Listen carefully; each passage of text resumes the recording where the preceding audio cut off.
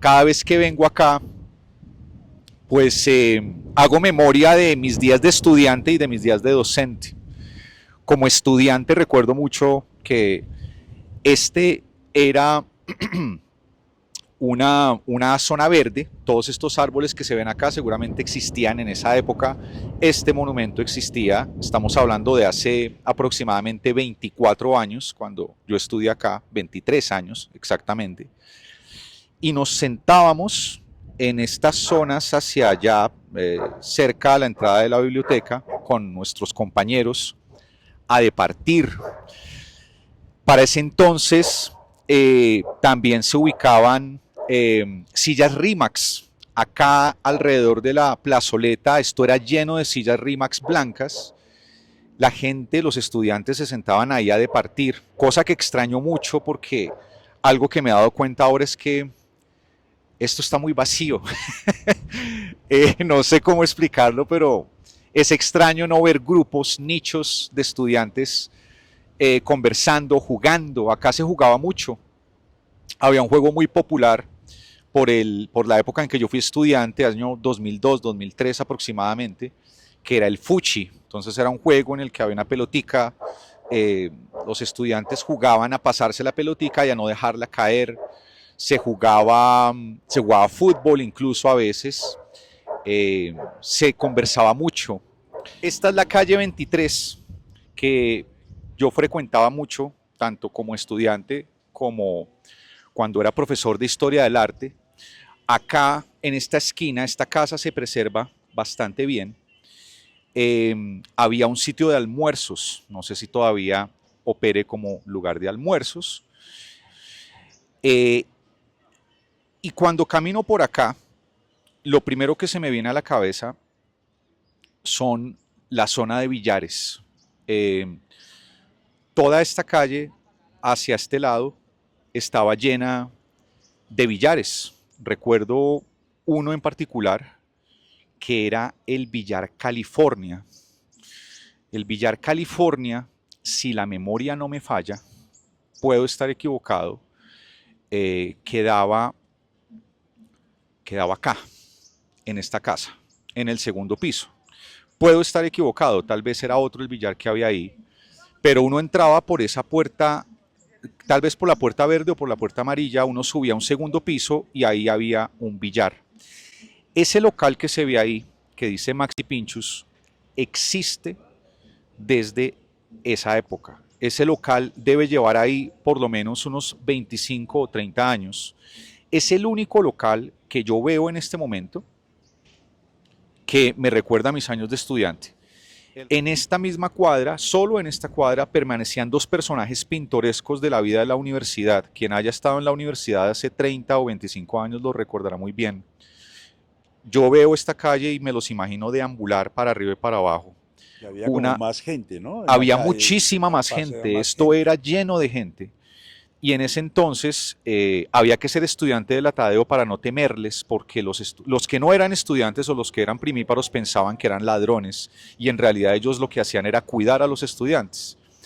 Una era Olga, y la pareja de Olga que le decían el Chayán.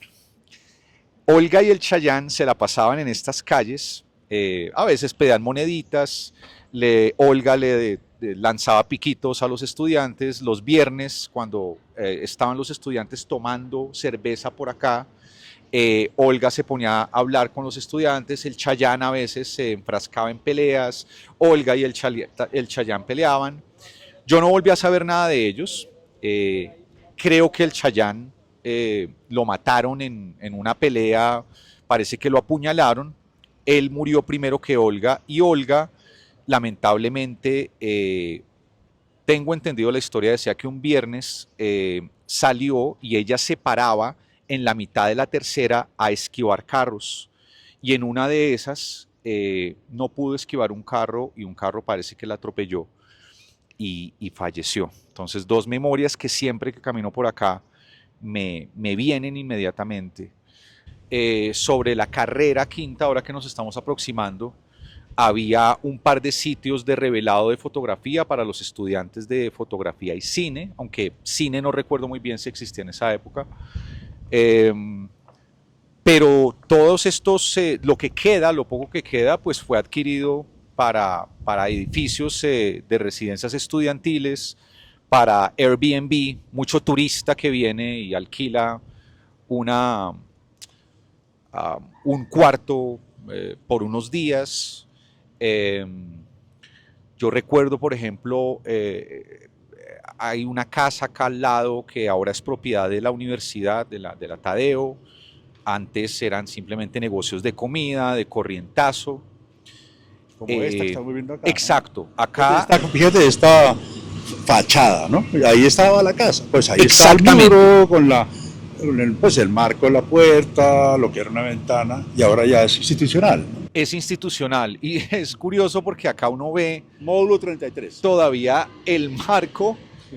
de la casa antigua y tiene incluso la placa con el número de la entrada original de la casa, lo cual Claro. me llama mucho la atención, pues porque eso no sirve ningún propósito desde el punto de vista de, eh, de la correspondencia. De No, hecho, claro. está tachada ya, pero nunca la Sí, no, quitaron. no, Me llama muchísimo la atención que todavía permanezcan las rejas de la entrada vieja de un negocio que había acá, sí. que era, en una época vendían comida mexicana, luego creo que vendían empanadas, pero acá era negocio de comida. Yo venía mucho a comer acá.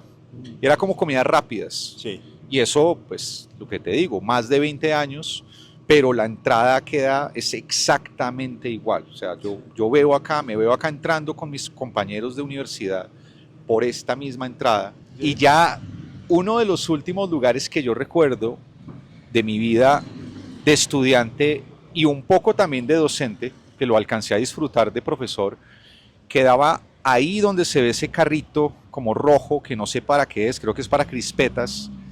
Ahí quedaba un sitio de comida rápida que se llamaba Los Vecinos. Y ahí vendían perros calientes, vendían salchipapa, vendían hamburguesa. Y era muy concurrido por los estudiantes. Uno salía de clase, bajaba ahí y, y se llamaba a los vecinos porque siempre los saludaban a uno, hola vecinito, ¿qué hubo vecinito? Y era un lugar muy íntimo de encontrarse con los amigos, de hablar con los dueños siempre consentían mucho a los estudiantes.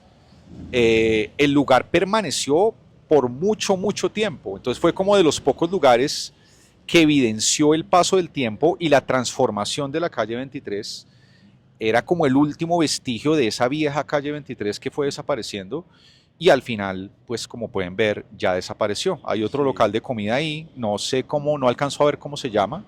Y en la esquina, Fotomedia y Fotocómputo, que yo sí. recuerde, existen desde hace un montón de tiempo, pero no sé hasta qué punto estén como dedicados a lo que hacían en ese entonces. Todo esto de aquí para abajo estaba lleno de sitios de rumba. Puedo pensar en un par en específico al lado de la Naves, que se llama ahora ese local, donde quedaban los vecinos. Acá está Caro Rojo los vecinos. Entonces, al lado quedaba un sitio que se llamaba 422, porque la nomenclatura era 422. Si bien esta es la calle 23, pero no sé por qué se llamaba 422, porque era supuestamente la cuarta, casi llegando a la 22. Acá al frente, donde dice desayunos, almuerzos, al lado del hotel, había otro sitio que se llamaba El Salmón, también era de rumba. Eh, pero es muy curioso, como vengo diciendo, tratar de jugar con la memoria y recordar qué quedaba, porque por ejemplo, yo veo estos edificios allá al fondo y no puedo, mi memoria no me da para recordar exactamente qué quedaba ahí, o sea, qué tipo de negocio en específico, o si eran casas, o si eran restaurantes, qué quedaba ahí, no quisiera recordarlo y no, hasta ya no me da la memoria. Hay una intersección muy interesante que vale la pena mencionar y es la del intento por embellecer las fachadas, por ejemplo en esta fachada naranja del sitio que anteriormente era un corrientazo, con ese colorido tratando de llamar la atención, como de revitalizar visualmente un poco ese espacio, junto a grafitis con mensajes de tinte político que son más tag art o bombing sin ningún tipo como de criterio estético. Bueno, ahí se lee skinheads, antinazis, ese tipo de cosas. Y también hay mucha presencia de mural. Y en ese sentido, algo que me llama muchísimo la atención es esa especie de diálogo fortuito entre las fachadas y las tipologías arquitectónicas. Por fachadas me refiero, por ejemplo, a la fachada de Maxi Pinchos y esa lucha por persistir a pesar del paso del tiempo.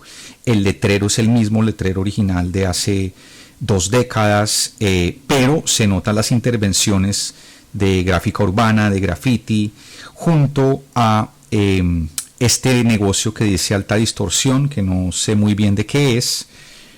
Presumo que es un restaurante bar, pero ahí se nota el intento por cambiar la fachada, por cambiar el letrero, por cambiar el ingreso, la puerta de entrada. Y cuando hablo de tipologías arquitectónicas me refiero como a esa discrepancia en los tamaños de los edificios, ese contraste entre una arquitectura un poco más clásica, una arquitectura que ha acompañado la calle 23 por muchísimos años, frente a la arquitectura gentrificada de molde de galletas que ha venido dominando el paisaje urbano en los últimos 10 años aproximadamente.